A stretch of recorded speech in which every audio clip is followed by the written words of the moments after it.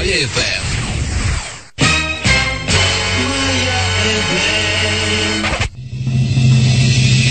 Saatnya kita simak Kilas Bandung.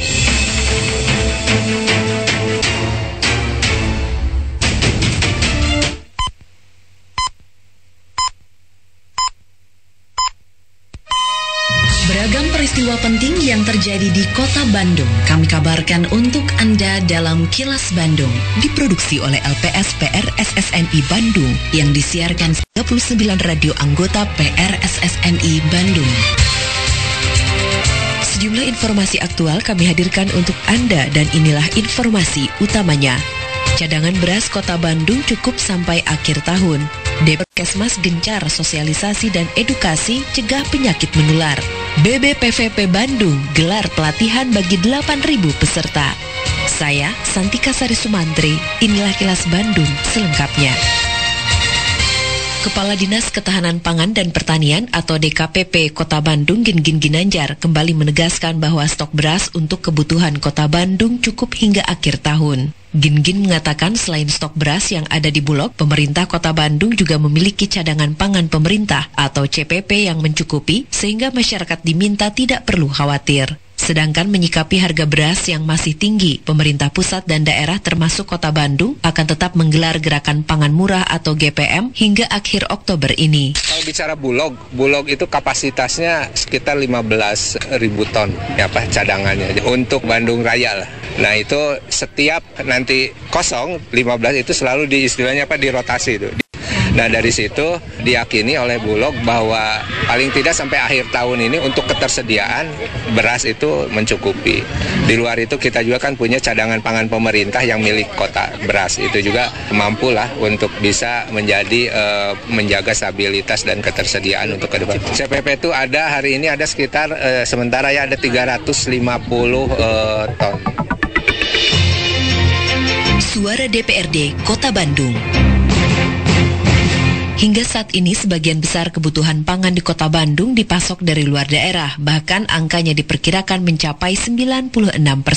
Oleh karenanya anggota Komisi B DPRD Kota Bandung Volmer Silalahi mendorong agar 4% pasokan pangan harus bisa dimanfaatkan oleh Kota Bandung antara lain melalui program pekarangan sehat alami dan ekonomis atau buruan SAE yang melibatkan partisipasi seluruh pemangku kepentingan. Politisi PDIP ini berharap melalui program buruan SAE, maka ketergantungan terhadap bahan pangan dapat sedikit tertangani, seiring dengan gencarnya masyarakat menanam sejumlah komoditas tanaman produktif seperti tomat, cabai, dan sayuran lainnya. Hasil dari penelitian atau kajian, Kota Bandung ini ketergantungan pangan pokoknya dari luar daerah itu sudah mencapai 96%. Artinya kita dalam batas ketergantungan yang sangat tinggi. Kita hanya tinggal 4% saja lahan-lahan yang ada di Kota Bandung ini yang digunakan untuk memproduksi tanaman pangan atau pangan termasuk beras ya. Nah ini sesuatu indikator bahwa Kota Bandung ini harus segera memiliki sistem ketahanan pangan lokal daerah Kota Bandung untuk menjaga pasokan dan sekaligus untuk mengendalikan harga.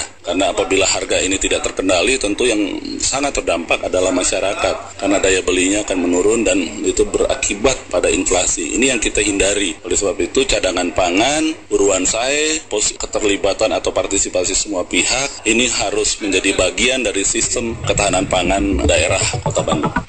Maraknya penyakit menular seperti demam berdarah atau DBD, juga infeksi saluran pernafasan atas atau ISPA, antara lain disebabkan kurangnya sosialisasi dan edukasi dari fasilitas kesehatan ke masyarakat terkait penyakit tersebut. Anggota Komisi C DPRD Kota Bandung Aris Supriyatna melihat fasilitas pelayanan kesehatan semisal puskesmas cenderung menunggu laporan dari masyarakat atau adanya pasien yang terjangkit. Politisi PDIP ini berharap selain sarana dan prasarana yang sudah memadai, kedepannya pemerintah Kota Bandung juga menyiapkan SDM puskesmas agar tidak hanya sebatas menerima laporan, tapi juga proaktif melakukan sosialisasi dan edukasi mengenai pencegahan dan antisipasi berbagai penyakit menular kepada masyarakat. Sekarang kan persoalannya di puskesmas itu stigmanya untuk pengobatan. Padahal yang paling penting fungsi puskesmas itu untuk promotif dan preventif. Dalam persoalan demam berdarah kan, sebetulnya kan ada persoalan demam berdarah ini bisa dicegah apabila masyarakat bisa mengantisipasi, jangan ada genangan air,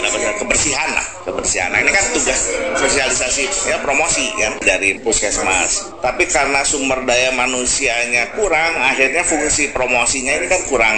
Puskesmas itu lebih kepada promosi dan preventif, gitu kan, bukan untuk pencegahan. Bahwa kemudian sekarang melibatkan posyandu, PKK, itu bagian dari upaya, gitu kan. Tapi kalau kita bicara fungsi, gitu kan, sebetulnya puskesmas itu didedikasikannya untuk promotif dan preventif. Para pengguna jalan yang dermawan, tidak memberi di jalan bukan berarti tidak peduli loh. Tempat donasi yang tidak tepat akan memiliki dampak negatif bagi anak jalanan, pengemis, gelandangan, pengamen, dan sejenisnya. Salurkan donasi kita untuk memotivasi mereka agar tidak berada di jalanan. Nasib dan masa depan mereka terdampak dari cara para dermawan memilih tempat, ruang, dan waktu di saat memberikan donasi.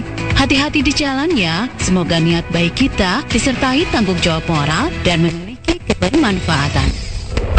Pesan ini dipersembahkan oleh Dinas Sosial Kota Bandung. Kini, audio podcast siaran Kilas Bandung dan berbagai informasi menarik lainnya bisa Anda akses di laman kilasbandungnews.com. Balai Besar Pelatihan Vokasi dan Produktivitas atau BBPVP Bandung tahun ini menargetkan memberikan pelatihan terhadap sekitar 8.000 orang peserta. Pelatihan yang diberikan antara lain teknologi informasi dan komunikasi, mesin pendingin, teknik manufaktur, serta teknik otomotif. Kepala BBPVP Bandung, Solahuddin, mengatakan pelatihan menyasar para pencari kerja juga masyarakat yang ingin meningkatkan kompetensi atau keterampilannya. Menurut Solahuddin, kegiatan yang masuk dalam bulan pelatihan vokasi yang dicanangkan Kementerian Ketenagakerjaan tersebut gratis dan terbuka untuk umum, akan berlangsung pada 20 dan 21 Oktober 2023 mendatang.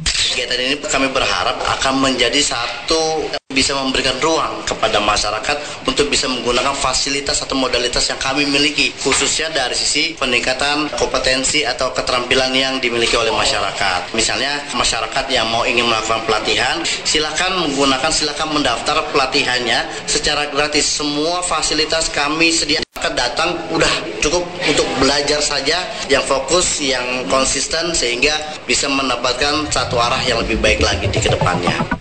Aksi pengendara mobil yang menyeret sepeda motor di sepanjang ruas Jalan Dr. Junjunan hingga masuk ke ruas Jalan Tol Paster terekam kamera warga dan viral di media sosial. Mobil kemudian berhasil dihentikan oleh jajaran kepolisian dan petugas jasa marga. Kapolrestabes Bandung, Komisaris Besar Polisi Budi Sartono mengatakan peristiwa terjadi pada Minggu dini hari berawal dari pengemudi mobil menabrak motor korban lalu kabur. Namun motor tersangkut di kolong mobil dan terseret sejauh 5 km hingga masuk ke pintu tol Paster. Saat kejadian, pengendara mobil diketahui dalam keadaan mabuk dan saat ini masih menjalani pemeriksaan secara intensif di Satlantas Polrestabes Bandung. Ditangani oleh jajaran Sat Lalu Lintas untuk para pelanggar lalu lintas termasuk yang mobil menyeret itu sudah lagi diminta keterangan. Sementara ini informasinya adalah pengemudinya dalam keadaan ringan karena yang terseret adalah motornya. Jatuh, motornya yang terseret. Jadi yang terseret di viral itu adalah motornya yang terseret, orangnya sudah jatuh.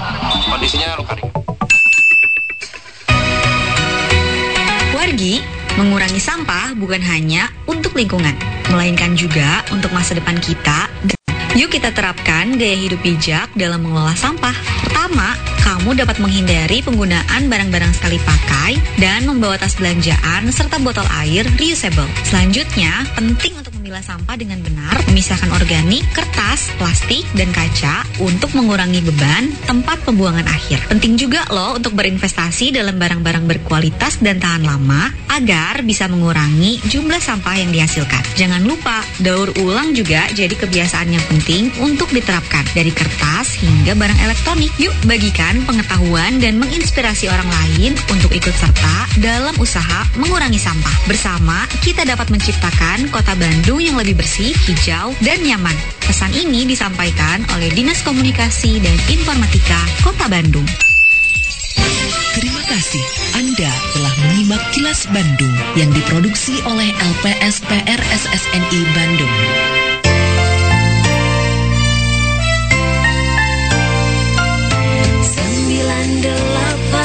Maya FM, berani beda, berani gaya, indahnya mengubah.